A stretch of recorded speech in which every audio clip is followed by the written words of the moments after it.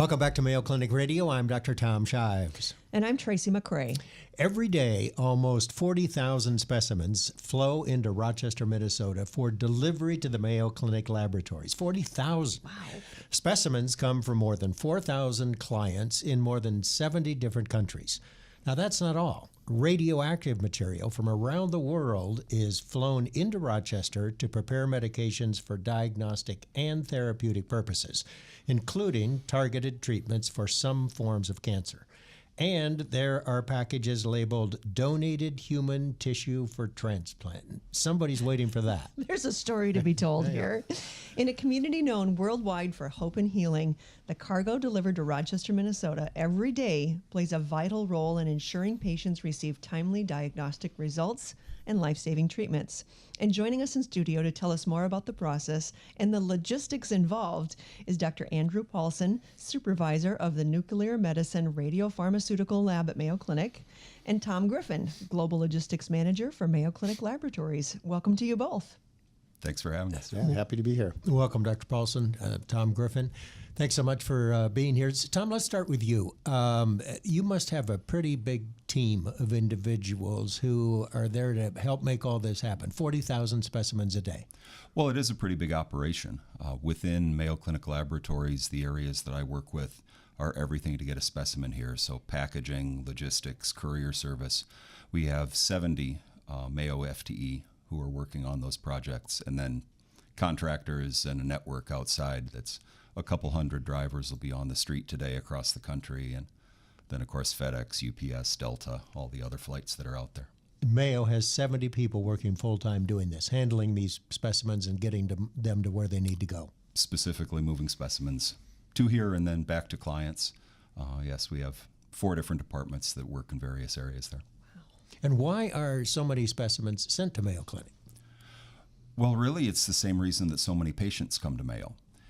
Within the Department of Lab Medicine and Pathology, the same lab performs testing for Mayo Clinic patients, and they perform testing for external clients and their patients. So the same values, the same excellence and teamwork that apply to a Mayo Clinic patient really make a pretty strong service offering when you take it out and offer it to the market worldwide. Are these specialized tests, and do hospitals find that it's less expensive to send their specimens to Mayo and have them evaluated rather than doing it in-house? Actually, Mayo presents the laboratory to clients in a little different way than a commercial lab would. We would rather they do most of the testing locally, as close to the patient as possible. So no one sends a lipid panel here, but the esoteric testing, the genetics, those sorts of things, mass spectrometry that might not make sense for the local hospital to run, they send that here, and we marry it up with all the testing from within the clinic, and we wind up with about 24 million tests a year. On the rare occasion that a Minnesota winter day is inhospitable to your job, I mean, it doesn't really happen that often. What do you do? Does everybody just get the day off, or what happens? No, there are no days off. The worst thing that can happen to us is fog out at the Rochester International Airport. Sure. Because that will divert flights to Minneapolis, and it puts us 2 or 3 hours behind. And the whole game is to get the testing in the door and through our process into the lab by noon, with the intent that then the result can go out today. So when we have fog out at Rochester, it's a pretty traumatic experience for our operation. And what percent of your specimens actually come in to the airport by air? Well, about 90% come in by air, either through Minneapolis or Rochester. So about 75% of the total come in just through Rochester International Airport. All right, Dr. Paulsen, tell us about your work. You are supervisor of the Nuclear Medicine Radiopharmaceutical Lab. Tell us what that means. It's a mouthful. Yeah, it is. And Tracy said it so well. I had to practice a few times. So our lab is responsible for preparing medications that contain radioactivity. And we use those medications and administer them to our patients. And with that, we're able to perform various diagnostic studies and treat specific types of cancer. And why is it that you don't make these radioactive materials on campus here in Rochester? Why do they have to come from so far? Sure. In our nuclear medicine practice, we do have the capability of producing some of our radioactive material that is then turned into medication. But a very large part of our practice relies on us to acquire the radioactivity from vendors outside of Mayo Clinic. And one reason is because it would be very costly to produce our own radioactivity for everything we needed. Some of our radioactivity actually is created in a nuclear reactor halfway across the world and is the result of splitting the atom. So I know Mayo Clinic is big, but we don't have a nuclear reactor. Halfway across the world, like where?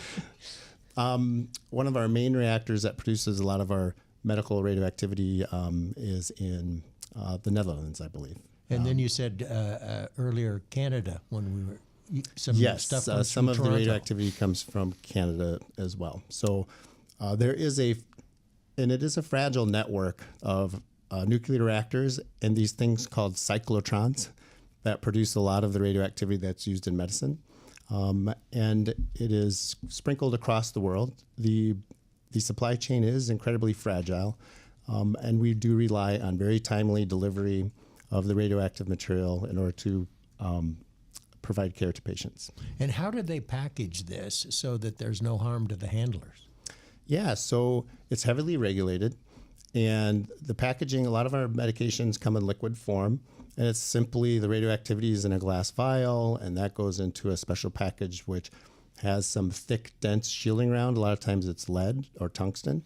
So there are very specific ways to package this, and all of the packages are monitored for how much energy is being emitted from the package, and they're being tested to make sure there's no contaminants on the outside of the package.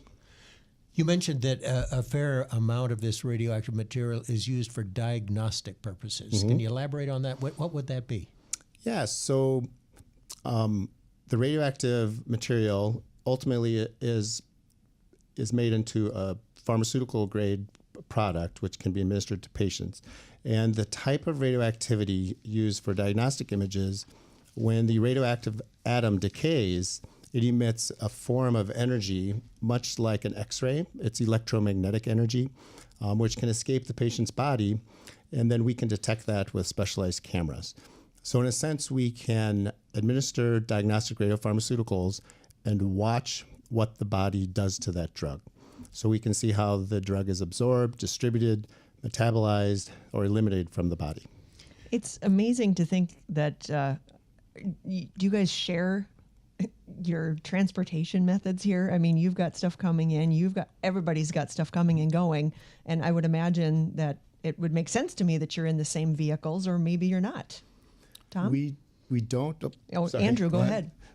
We don't share specific vehicles, Sure. if you will, but we're out at the airport every morning picking up radioactive packages, and I know they have a truck that you hold for pickup some packages so you can whisk downtown. Right. We take the first 2 containers off the aircraft and put them on a roller bed truck and drive it right out to Superior Drive, and they actually unload the FedEx containers for them to get it to the door faster. And you indicated of all these specimens that you that come into the airport and all the different ways they come in, you try to get them to the lab by noon so that whoever sent them to you will get a result that afternoon.